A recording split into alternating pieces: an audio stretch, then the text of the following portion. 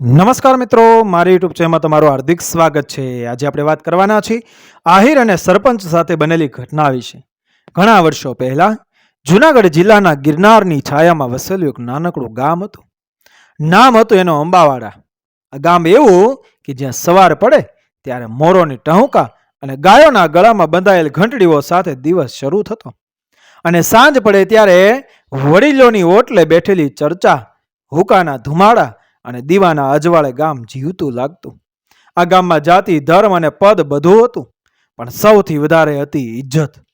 અહીં માણસ ગરીબ હોય તો ચાલે, પણ અપમાન સહન કરનારને કોઈ માફ ન કરતું. આ ગામનો સરપંચ હતો ભવાનસિંહ રાણાવત. ઊંચો કદ, પહોળા ખભા, ચહેરા પર હંમેશા ગર્વની કઠોર રેખાઓ અને આંખોમાં એવી તીવ્રતા કે સામેનો માણસ નજર મિલાવતા પહેલા જ ઝૂકી જાય. ભવાનસિંહ વર્ષોથી સરપંચ હતો, કારણ કે ચૂંટણી જીતતો હતો એવું નહીં, પરંતુ લોકો ડરતા હતા. જમીન, પાણી, સરકારી યોજનાઓ બધું તેની મુઠ્ઠીમાં હતું. જે તેની સામે બોલે તે ગામમાં રહી ન શકે. લોકો કહેતા કે સરપંચનો પડછાયો લાંબો છે અને એની અંધારું વધુ લાંબુ. એ જ ગામમાં રહેતો હતો એક આહિર યુવાન, જેનું નામ હતું કાનજી આહિર.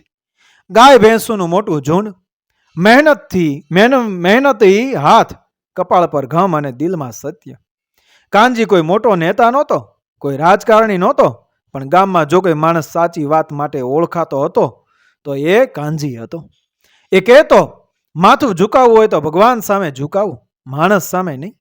આ બંને વચ્ચેનો ટકરાવ ધીમે ધીમે તૈયાર થતો હતો, પણ ગામ એ વાતથી અજાણ હતું કે આ ટકરાવ એક દિવસ આખા જૂનાગઢમાં ચર્ચાનો વિષય બનશે.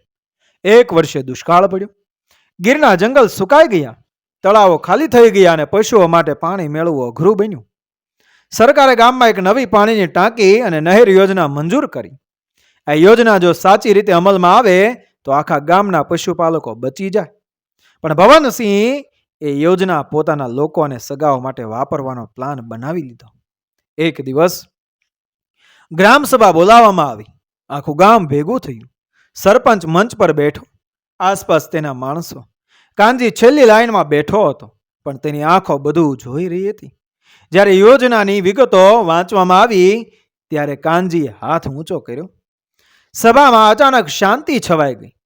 ભવનસિંહે કઠોર અવાજે કહ્યું, કાનજી, તું બોલ, પણ ધ્યાન રાખજે, શબ્દો તોલીને બોલજે.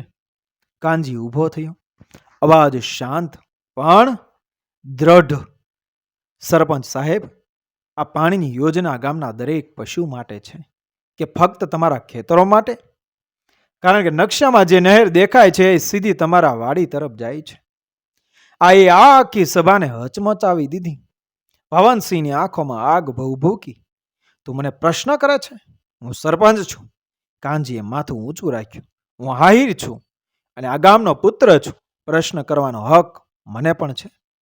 એ દિવસ પછી ગામ બે ભાગમાં વહેંચાઈ ગયું.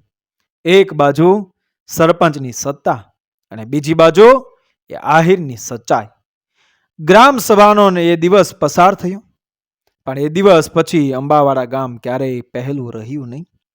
સૂર્ય તો રોજની જેમ ઉગતો હતો, ગાય ભેંસો પણ ચરવા જતી હતી, પણ લોકોના દિલમાં એક અજાણી ગભરાહટ વસતી થઈ ગઈ હતી. કારણ કે ગામે પહેલી વાર સરપંચ સામે ખુલ્લેઆમ કોઈ ઊભો રહ્યો હતો, અને એ હતો એક આહિર, કાનજી. ભવનસિંહ રાણાવતે એ રાતે ઊંઘી શક્યો નહીં. તેની હવેલીમાં દીવો આખી રાત જલતો રહ્યો. વારંવાર તે બારીમાંથી બહાર જોતો અને દાંત ભીંચી બોલતો, એક આહિર મારી સામે ગામમાં રહીને મારી ઇજ્જત લૂંટશે? સવાર પડતા જ તેણે પોતાના બે વિશ્વાસુ માણસોને બોલાવ્યા, ભૂરીયો અને લાખાભાઈ. બંને એવા કે જેમની ઓળખ આખા તાલુકામાં દાદાગીરી અને ડર માટે થતી. ભવનસિંહે ધીમા પરંતુ ખતરનાક અવાજે કહ્યું, કાનજીને સમજાવજો શાંતિથી. જો ન સમજે તો ગામ તેને સમજાવી દેશે. એ જ દિવસે કાનજી પોતાની ભેંસોને પાણી પીવડાવવા તળાવ તરફ ગયો. તળાવ સુકાઈ રહ્યું હતું. કાદવમાંથી પાણી ખેંચવું પડતું હતું. કાનજીએ દ્રશ્ય જોઈને અંદરથી તૂટી પડ્યો. પાણી ભગવાનનું છે, કોઈ એક માણસનું નહીં, તે મનમાં બોલ્યો. એટલામાં ભૂરીયો અને લાખાભાઈ એ ત્યાં પહોંચ્યા. ભૂરીયોએ ખભા પર એ હાથ મૂકી કહ્યું, કાનજી, તું સમજદાર માણસ છે. સરપંચ માટે બોલવાનું બંધ કર, નહીં તો નુકસાન તને જ થશે. કાનજીએ હાથ ઝાટકી દીધો. મને નુકસાન થશે તો પણ સત્ય નહીં છોડું. લાખાભાઈ ગુસ્સે થયો. તું આહિર છે, તારી હદમાં રહે. કાનજીની આંખો લાલ થઈ ગઈ. આહિર હોવું મારી હદ નથી, મારી ઓળખ છે. એ દિવસ પછી મુશ્કેલીઓ કાનજીના દરવાજે રોજ આવવા લાગી. પહેલા તેની ભેંસો માટેનો ચારો બંધ થયો. પછી દૂધ લેવા આવતો સહકારી મંડળીનો માણસ આવતો બંધ થયો. એક રાતે તો કાનજીની વાડીની વાડ તોડી નાખવામાં આવી. ગામ જાણતું હતું કોણ કરે છે, પણ કોઈ બોલતું નહીં. કાનજીની પત્ની જીવીબેન રાતે રડી પડી. અમે ગરીબ છીએ, પણ શાંતિથી જીવવા દે. સરપંચ સામે લડવાથી શું મળશે? કાનજીએ ધીમે કહ્યું, જો આજે હું ચૂપ રહું તો કાલે આપણા બાળકોને પણ પાણી માગવું પડશે. આ દરમિયાન સરપંચે પાણીની નહેરનું કામ શરૂ કરાવી દીધું. મશીનો દિવસ રાત ચાલતી, પણ નહેર વળાંક લઈ લેતી સીધી ભવનસિંહની વાડી તરફ. ગામના લોકો દૂર ઊભા રહીને જોતા, પણ કોઈની હિંમત નહોતી કંઈ બોલવાની. એક દિવસ અચાનક કાનજીને તાલુકા કચેરીમાંથી નોટિસ આવી. સરકારી જમીન પર ગેરકાયદેસર કબજો. કાનજી હક્કાબક્કા થઈ ગયો. જે જમીન તેના બાપ દાદાની હતી એ આજે સરકારી કેવી રીતે? તે સીધો સરપંચ પાસે ગયો. ભવનસિંહ ખુરશી પર ટેક લગાવીને બેઠો હતો. નોટિસ મળી? તે વ્યંગથી બોલ્યો. કાનજી દ્રઢ અવાજથી બોલ્યો, આ ખોટું છે. ભવનસિંહ હસ્યો. ખોટું સાચું હું નક્કી કરું છું. એ દિવસે પહેલી વાર કાનજીને સમજાયું કે આ લડાઈ ફક્ત પાણીની નથી, આ લડાઈ છે અહંકાર અને આત્મસન્માનની. પણ ગામના એક ખૂણે આ બધું જોઈ રહેલો એક વૃદ્ધ બેઠો હતો. ધોળાભાઈ ભગત. વર્ષો પહેલા સરપંચની જાતની અન્યાય સામે લડી ચૂકેલો. તેણે કાનજીને બોલાવ્યો અને કહ્યું, બેટા, તો એકલો નથી. સત્યની લડાઈ ધીમી હોય, પણ જીતે એ જ. એ રાત અંબાવાડા ગામ માટે સામાન્ય નહોતી. આકાશમાં વાદળો ઘેરાયેલા હતા, વીજળી કડાકા કરતી હતી, અને પવન એવું ફૂંકાતું કે જાણે કુદરત પોતે કોઈ અનર્થની ચેતવણી આપી રહી હોય. ગામના કૂતરાઓ અચાનક ભૂંકવા લાગ્યા, અને દૂર ક્યાંકથી કોઈ ભેંસના બૂમાબૂમના અવાજો સંભળાયા. કાનજીએ એ સમયે પોતાની વાડીમાં એકલા બેઠા હતા. દિવસભરની થાક અને મનની ચિંતા સાથે તે આકાશ તરફ જોઈ રહ્યા હતા. ત્યારે અચાનક ચાર પડછાયાઓ અંધારામાંથી બહાર આવ્યા. લોખંડની રોડ, લાકડાની લાઠીઓ અને મોઢા પર બાંધી રાખેલા કપડાં. એ લોકો કંઈ બોલ્યા નહીં, સીધા તૂટી પડ્યા. કાનજીએ બચવાનો પ્રયત્ન કર્યો, પણ સંખ્યામાં ઓછો હતો. એક ઘા તેના ખભા પર પડ્યો, બીજો પીઠ પર. જમીન પર ઢળી પડતા પહેલા તેણે એટલું જ કહ્યું. શું કહ્યું? કે સત્ય મરતું નથી. અને થોડી વાર પછી હુમલાખોરો ભાગી ગયા. કાનજી લોહીમાં લથબથ પડ્યો હતો. નજીકની ઝૂંપડીમાંથી એક બાળકની ચીસ નીકળી અને ગામમાં અફરાતફરી મચી ગઈ. લોકો ભેગા થયા, પણ કોઈએ નામ લીધું નહીં. બધાને ખબર હતી કોણ પાછળ છે, પણ ડર જીતી ગયો. જીવીબેન દોડતી આવી, પતિને લોહીમાં જોઈને બેહોશ થઈ પડી. કાનજીને ખાટલા પર મૂકીને જુનાગઢ હોસ્પિટલ લઈ જવાયું. ડોક્ટરે કહ્યું, શરીર બચી જશે, પણ આત્મા મજબૂત હોવો જોઈએ. આ ઘટના પછી એ આખા ગામમાં ખામોશ ગુસ્સો ફેલાઈ ગયો. લોકો ઘરમાં ઘૂસીને વાતો કરતા, આજે કાનજી, કાલે આપણે, પણ ખુલ્લે આમ કોઈ બોલતું નહીં. ભવનસિંહે બીજા જ દિવસે પંચાયત બોલાવી. ઠંડા ચહેરે બોલ્યો કે ગામમાં ગેરકાયદેસર હરકતો વધી રહી છે. કાનજી પર હુમલો દુર્ભાગ્યપૂર્ણ છે, પણ ગામમાં શાંતિ રાખવી આપણી જવાબદારી છે. એ વાક્યે કાનજીના સમર્થકોના દિલમાં આગ ભભૂકી. ધોળાભાઈ ભગત ઊભા થયા. વૃદ્ધ અવાજ, પણ શબ્દોમાં આગ. શાંતિ ત્યારે રહે જ્યાં ન્યાય રહે. સભામાં સન્નાટો છવાઈ ગયો. આ દરમિયાન એક નવી એન્ટ્રી થઈ. રમેશભાઈ પાટીલ, તાલુકાનો પત્રકાર. તેણે હુમલાની તસવીરો લીધી, લોહીથી ભરેલી વાડી જોઈ અને સવાલ પૂછ્યા. પહેલી વાર એ અંબાવાડાની વાત એ અખબારમાં આવી. સરપંચની ઇજ્જતને ઝાટકો લાગ્યો. હોસ્પિટલમાં પથારી પર પડેલા કાનજીને જ્યારે આ ખબર મળી ત્યારે તેણે ધીમે કહ્યું, હવે લડાઈ મારી નથી, ગામની છે. ગામના યુવાનો ગુપ્ત રીતે ભેગા થવા લાગ્યા. પહેલી વાર ડર કરતા ગુસ્સો વધારે હતો. કાનજીનું લોહી એમને એક કરી ગયું હતું. પણ ભવનસિંહ પણ ચૂપ નહોતો. તેણે મોટા માણસો, પોલીસ અને રાજકીય ઓળખાણો કામે લગાડી. એક ફાઇલ તૈયાર થઈ કાનજી સામે ખોટા ગુનાઓની. અને એ જ સમયે કાનજીને એક સંદેશો મળ્યો, જો જીવતો રહેવું હોય તો ગામ છોડ. કાનજીએ કાગળને મસળી નાખ્યો. આંખોમાં આંસુ નહોતા, ફક્ત નિર્ણય હતો. કાનજી આહિર હોસ્પિટલમાંથી પરત આવ્યો. એ દિવસ અંબાવાડા ગામના ઇતિહાસમાં ક્યારેય ન ભૂલાય એવો બની ગયો.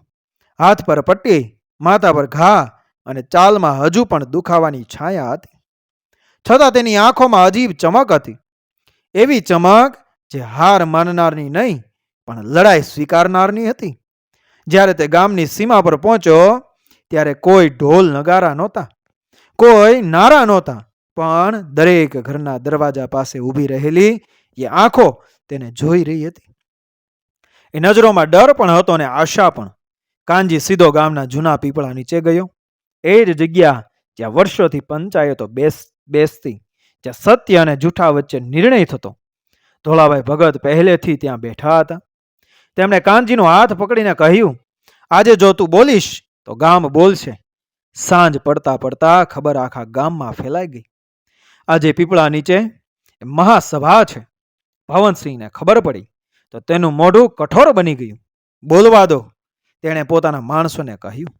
અંતે બોલવાનું બંધ તો કરવું જ પડશે. પણ તેને અંદાજ નહોતો કે આ વખતની હવા બદલાઈ ચૂકી હતી. પીપળા નીચે લોકો ભેગા થયા. સ્ત્રીઓ એટલા પર, યુવાનો આગળ, વૃદ્ધો વચ્ચે. કાનજી ધીમે ધીમે ઊભો થયો. અવાજ ન ઊંચો ન નરમ, સીધો દિલ સુધી પહોંચે એવો. મને માર પડ્યો, તેણે કહ્યું. પણ દુઃખ મારું નથી. દુઃખ એ છે કે આ ગામમાં સત્ય બોલવું ગુનો બની ગયું છે. એ પછી એક ક્ષણ માટે શાંતિ છવાઈ ગઈ. અને પછી એક વૃદ્ધ ઊભા થયા. મારા ખેતરમાં પણ પાણી નથી આવતું. પછી એક મહિલા બોલી, મારા પતિને પણ સરપંચના માણસોએ ધમકી આપી હતી.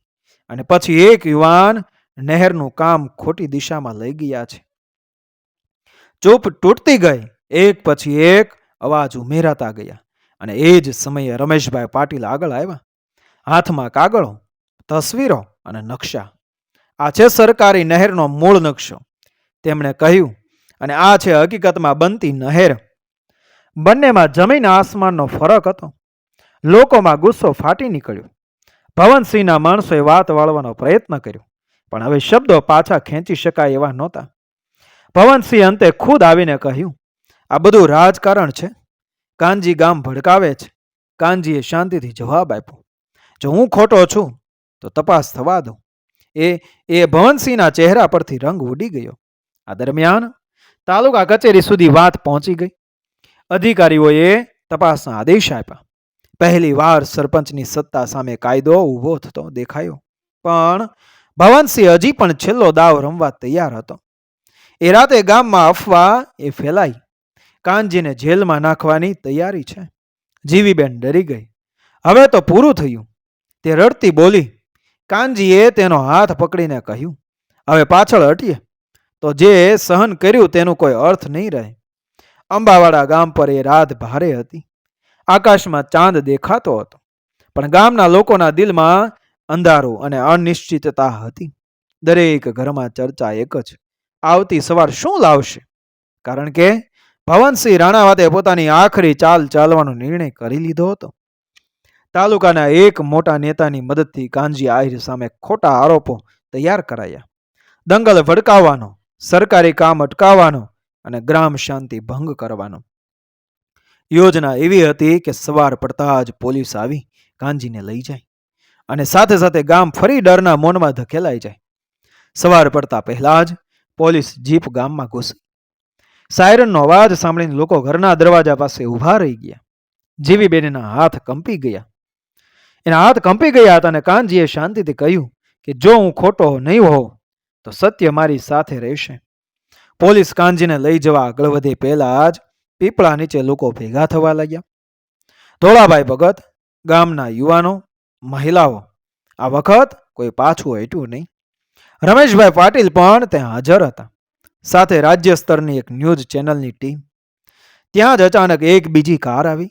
એમાંથી ઉતર્યા જિલ્લા વિકાસ અધિકારી અને વિજિલન્સ અધિકારી ભવનસિંહને આ અપેક્ષા નહોતી.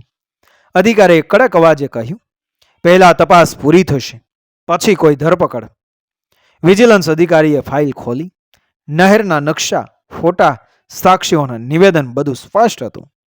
પાણીની યોજના ભવનસિંહની વાડી તરફ ગેરકાયદેસર રીતે વાળવામાં આવી હતી. સરકારી ફંડનો દુરુપયોગ થયો હતો. ભવનસિંહનો ચહેરો સફેદ પડી ગયો. આ રાજકીય ષડયંત્ર છે તે ચીસ પડ્યો. અને એ સમયે કાનજી આગળ આવ્યો. અવાજ ધીમો પણ શબ્દો ભારે. જો સત્ય બોલવું ષડયંત્ર હોય તો હા, હું એ ષડયંત્રમાં છું. લોકોમાંથી નારો ઉઠ્યો, ન્યાય જોઈએ. એ જ ક્ષણે ભવનસિંહના હાથમાં હથકડી ચડાવી દેવામાં આવી. જે માણસે વર્ષો સુધી ગામને ડરાવ્યો, એ આજે ગામની સામે ઝૂકી ગયો હતો. લોકોની આંખોમાં આંસુ હતા, કોઈના સુખના, કોઈના અફસોસના. કાનજી તરફ સૌની નજર ફરી. કોઈએ કહ્યું, સરપંચ બની જા. કાનજીએ માથું હલાવ્યું, મારે પદ નહીં, મારે ન્યાય જોઈએ. થોડા મહિનામાં નવી ચૂંટણીઓ થઈ. આ વખતે ડર નહોતો, ખુલ્લા મત હતા. ગામે એક એવા માણસને પસંદ કર્યો જે બધાનો હતો. કાનજી પાછો પોતાની ભેંસો, ખેતર અને પરિવાર પાસે પરત ફર્યો. પણ હવે એ ફક્ત આહિર નહોતો, એ ગામના સ્વાભિમાનનું પ્રતીક હતો. નહેરનું પાણી આખા ગામ સુધી પહોંચ્યું. તળાવો ફરી ભરાયા. અંબાવાડા ફરી જીવતું થયું. અને આજે પણ જ્યારે કોઈ અન્યાય સામે બોલવાની હિંમત ન કરે, ત્યારે અંબાવાડાના લોકો કહે છે કે યાદ રાખજો, એક વખત એક આહિરે સરપંચ સામે અવાજ ઉઠાવ્યો હતો અને જીત્યો હતો. મિત્રો, આ વાર્તા લેખકના વિચારો દ્વારા કાલ્પનિક રચના કરવામાં આવેલી છે. તેમાં આવતા તમામ પાત્રો, દ્રશ્યો, સ્થળો, દરેક વસ્તુ કાલ્પનિક છે, જેની નોંધ લેવી. મિત્રો, વિડીયો પસંદ આવ્યો મારી ચેનલ સબસ્ક્રાઈબ કરો, ફોલો કરો, શેર કરો. મળી આવી જ ઘટનાને પ્રેરણાદાયક વાર્તાઓ સાથે આગળના વિડીયોમાં. બન્યા રહેજો મારી ચેનલ સાથે. જય શ્રી કૃષ્ણ, રાધે રાધે, જય મુરલીધર.